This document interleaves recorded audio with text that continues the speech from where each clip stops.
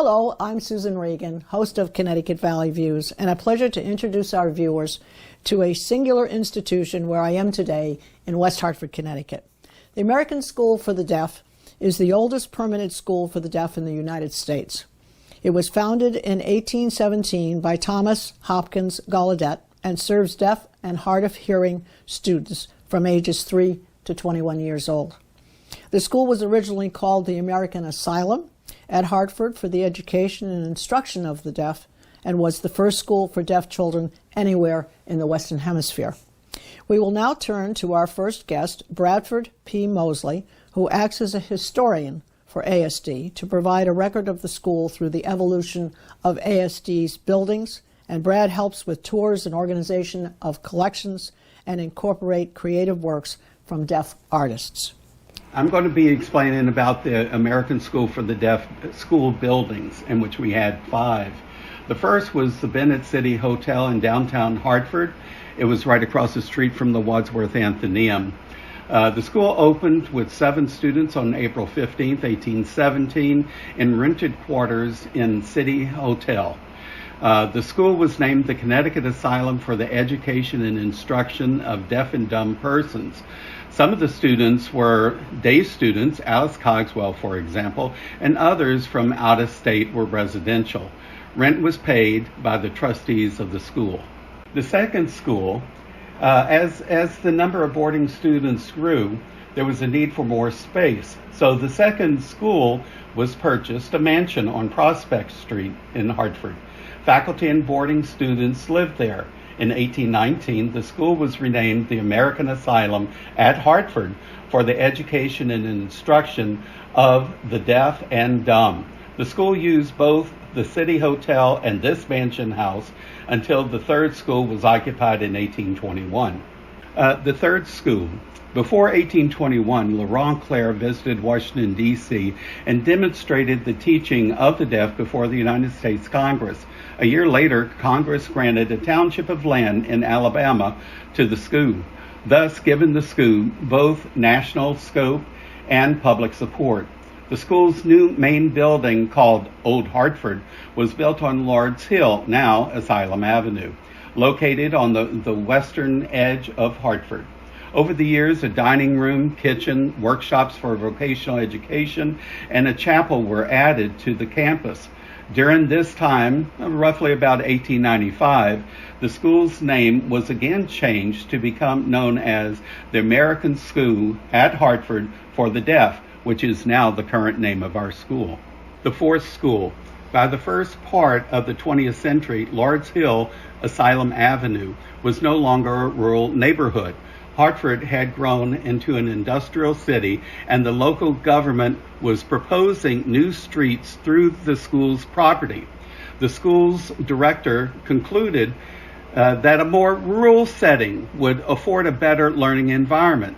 In 1919, when a tract of farmland in West Hartford became available, the directors purchased it and built a new building, Gallaudet Hall, on North Main Street. The fifth school. The fifth school, which is our current school, is a state-of-the-art building designed in collaboration with a deaf architect that reflects the visual learning styles of deaf and hard-of-hearing students. This new school, the Gallaudet Clerc Education Center, replaced the old Gallaudet Hall, which had become outdated, run down, and unsafe. Groundbreaking of this new school was held in May 2012, and the school opened to its first students in September 2014. Our next guest is Laurent Holt, who has no official administration and capacity with the American School for the Deaf, but he is the 4th generation. Tell me how we say that correctly. 4-time great-grandson of Laurent Clerc, okay, who was the Frenchman that came from France with Thomas Gallaudet to found the American School for the Deaf. At that time, it was the Hartford Asylum and then the American Asylum back in 1817. Think about the name of the American School for the Deaf. It says American. Mm-hmm. It doesn't say U.S., it says American, and I like that. It's not only patriotic, but it says that we're here, we're supposed to be the leaders of the free world. I think it's a very good nomenclature. for the school. And Connecticut, from the research that I've been doing, Connecticut was the center of public education in the United States.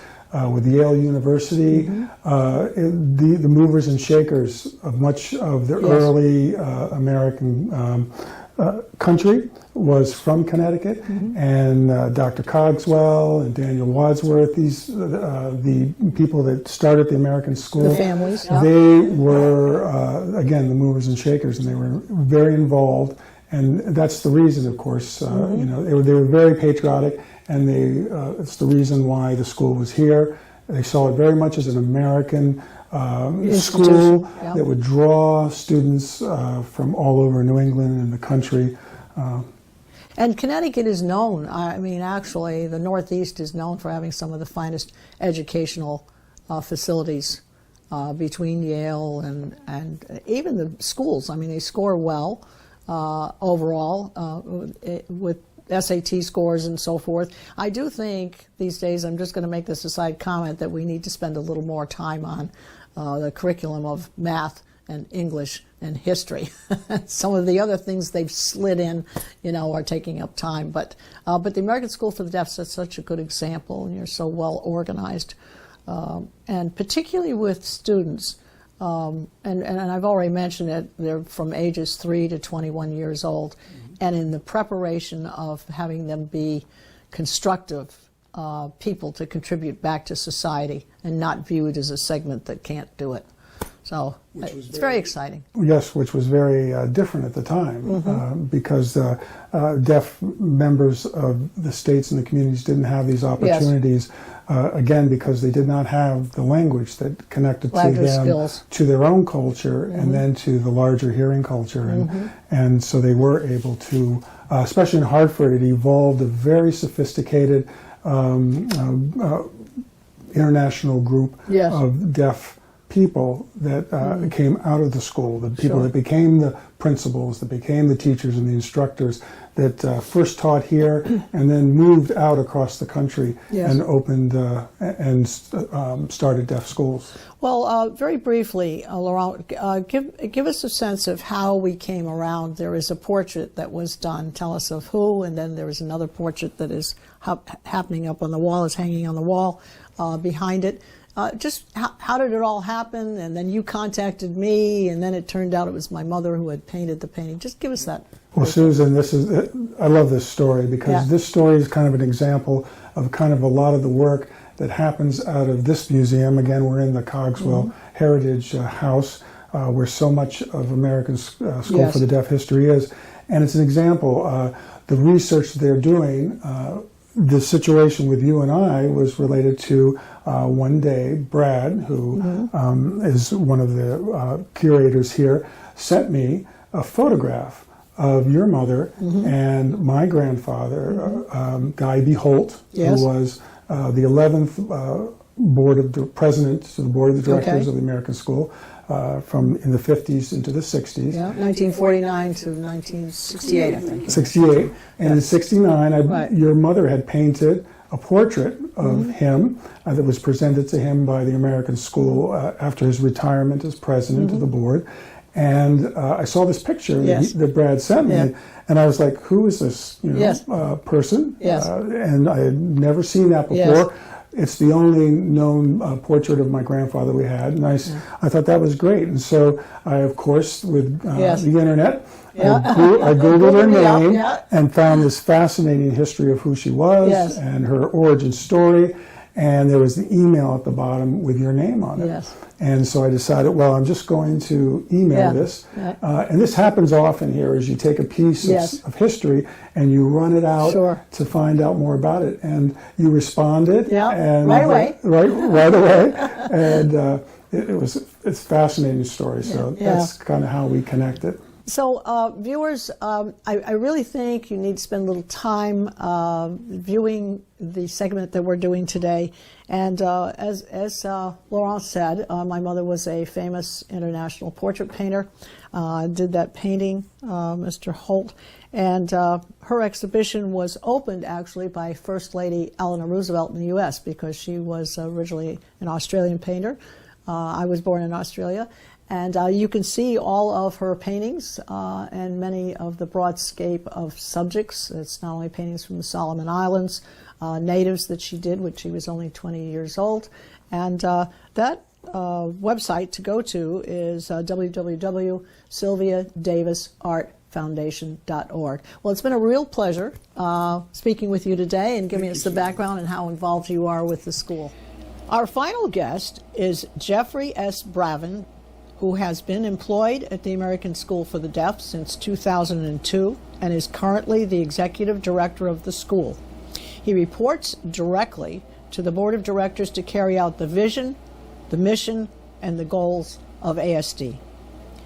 Jeffrey, please give us the various roles you have held and project accomplishments relating to the building of ASD's new state-of-the-art educational facility and the Gallaudet Clare Education Center. You also currently serve on the advisory board for the state of Connecticut. Thank you so much for having me today. My journey to the American School from the Deaf was a long one. I started here initially as a development officer, working in the Office of Institutional Advancement, focusing on fundraising because that was my background prior to arriving here at ASD, and that is how I got started. That gave me the opportunity to meet so many different people across the state of Connecticut, so many donors who have been extremely supportive of our school, and so that had continued to grow. And then we had several grants that required us to be able to complete different projects. And so my role changed and I became a special projects officer. So I was responsible for different projects happening across campus, Printworks, the Technology Center, new construction, and that is how I started to get involved with the brand new Gallaudet Clare Education Center, and that's the new academic center for our students. That particular project was the first large construction project that I was a part of, and I very much enjoyed that journey. After that, I went on to become assistant executive director and now executive director of the school for the past 11 years. And since that time, obviously, we've done many other smaller projects across campus, but the newest project that we've embarked on are 2 brand new dorms that will be opening in just the next couple of weeks, which we're very excited about for our students. I also serve on various boards and different committees, and the reason for that is because I want to give back. I want to be able to put the things that I've learned and my skill sets to good use to help other people. The advisory board that I'm involved with that you just mentioned at the state level is the State of Connecticut governor-appointed advisory board to serve deaf, hard of hearing, and deaf-blind individuals. My role in that advisory board is to collaborate and work with other wonderful people on that board to talk about how we can continue to support the needs of our community here in this state of Connecticut. Connecticut is an amazing state, but it is also a very small one. And so the impact that we are able to make is tremendous, and the things that we can do to help our community get appropriate access is amazing.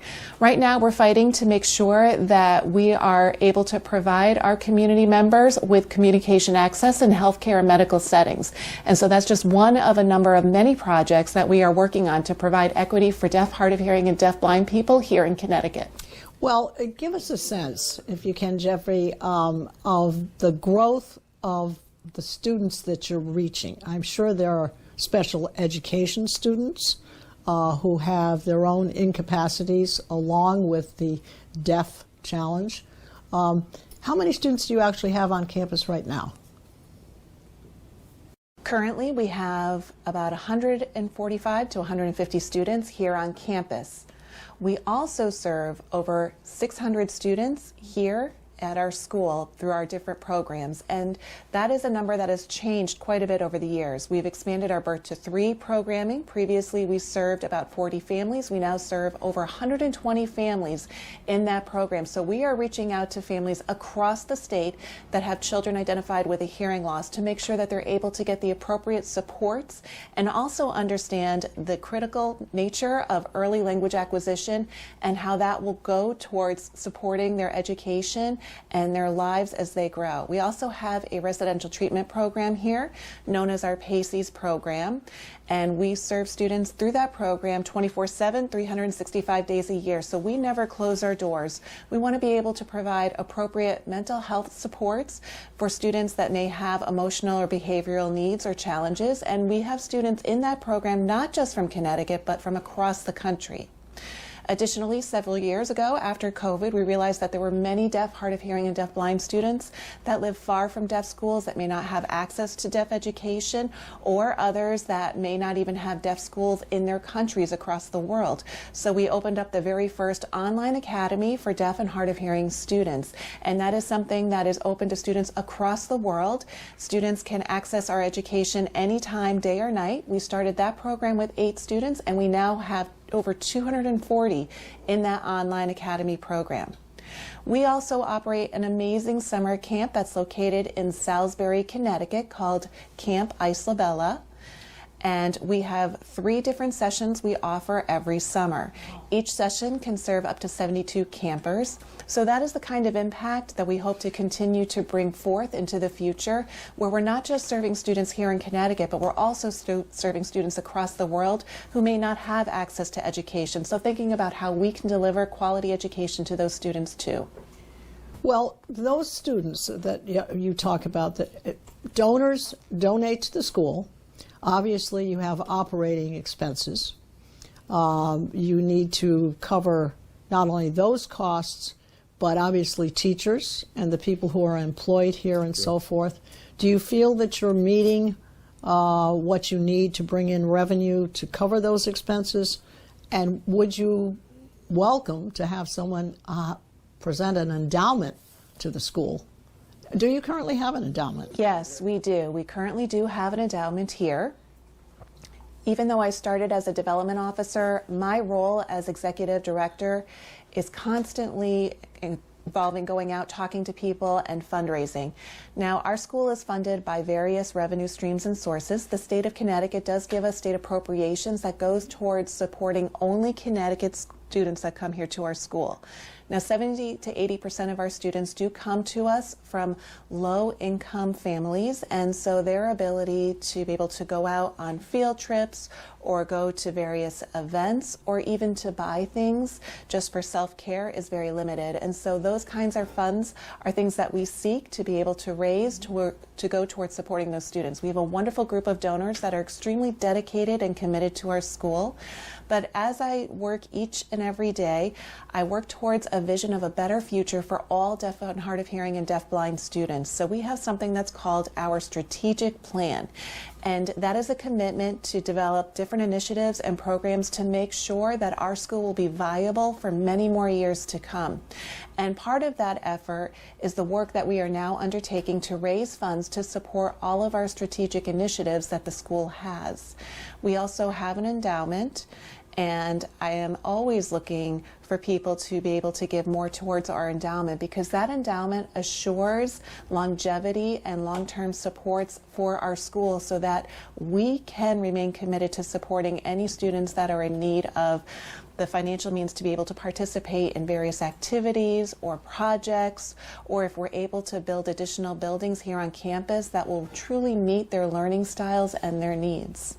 Well, tell me, Jeffrey, how many people do you employ here now? Assistant teachers and, your leader teachers and so forth. So how many do you currently employ? Currently, we employ 350, close to 350 individuals, not just here in our West Hartford campus, but we also have online teachers from across the world who teach our online programs. So our staff come from all over. But here in West Hartford, we have everybody from custodial to facilities people to administrative assistants to teachers, teachers' aides, residential counselors, school administrators. We have deans of students, principals. We have the executive leadership team. All of our employees are absolutely amazing people because they strive to make our students' lives better. They know that the work we do now will help each and every child in the long run. Well, let's talk about curriculum. We talk about curriculum in public schools. I'll be talking about it, private schools, Catholic schools, and so forth. Give us a sense of the curriculum. You said you have 2 new dorms, and what are they dedicated to? You say 2. So are they dedicated, one to academic? And then tell us a little bit about the sports and athletic programs you have.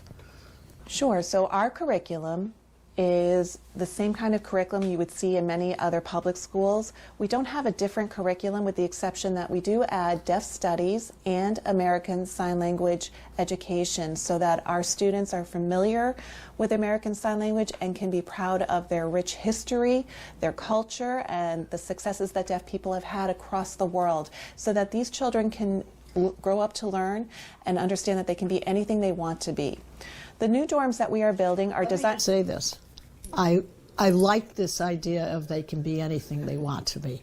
That is a very good, positive objective. It's terrific. Thank you. Our tagline is always able. We firmly believe that each of our students can be always able, meaning they can be whatever they want to be in life. And we make sure that we focus on every individual child because we understand that no one deaf child is exactly alike. They are all individuals. They are all different. We want to make sure that we surround them with all of the supports they need, not just academic, but also emotional, mental, and physical. Yes. Yeah. That's wonderful because there are so many people in life who have all of the normal abilities to communicate and they get nothing done. And yet your students are encouraged to say they can do anything and be anything they want to be. That's correct. That's correct. I am always amazed at the work that deaf schools do, not just here at the American School for the Deaf, but the work that is being done at deaf schools across the country. If we look back to many years ago, deaf people previously could only become teachers, go into print shops, or become auto mechanics. Even as early as 1980, we only had 4 to 5 deaf attorneys. Now we have over 400 to 500 deaf attorneys. We have deaf physicians, and there are so many job opportunities that are open to deaf individuals. And we can do just about anything except become commercial airline pilots or enlist in the military to serve in the armed forces. Those are the only 2 fields that are close to us, but anything else deaf people can do. And I think that's because we've done a tremendous job in educating our children to ensure that they can go out and do whatever they want to do. Well, congratulations on that.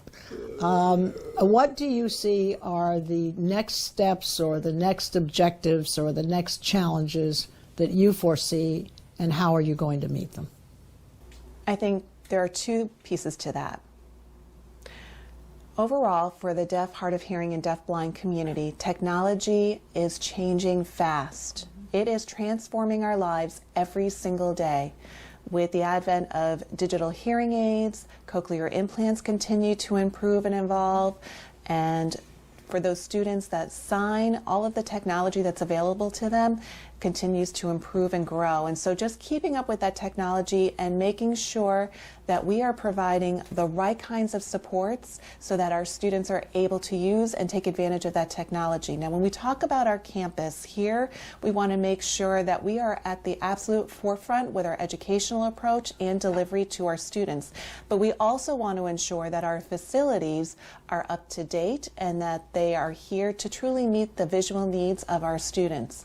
And so our next big endeavor is building a brand new academic center, not for our academic students, but for the students in our residential treatment program.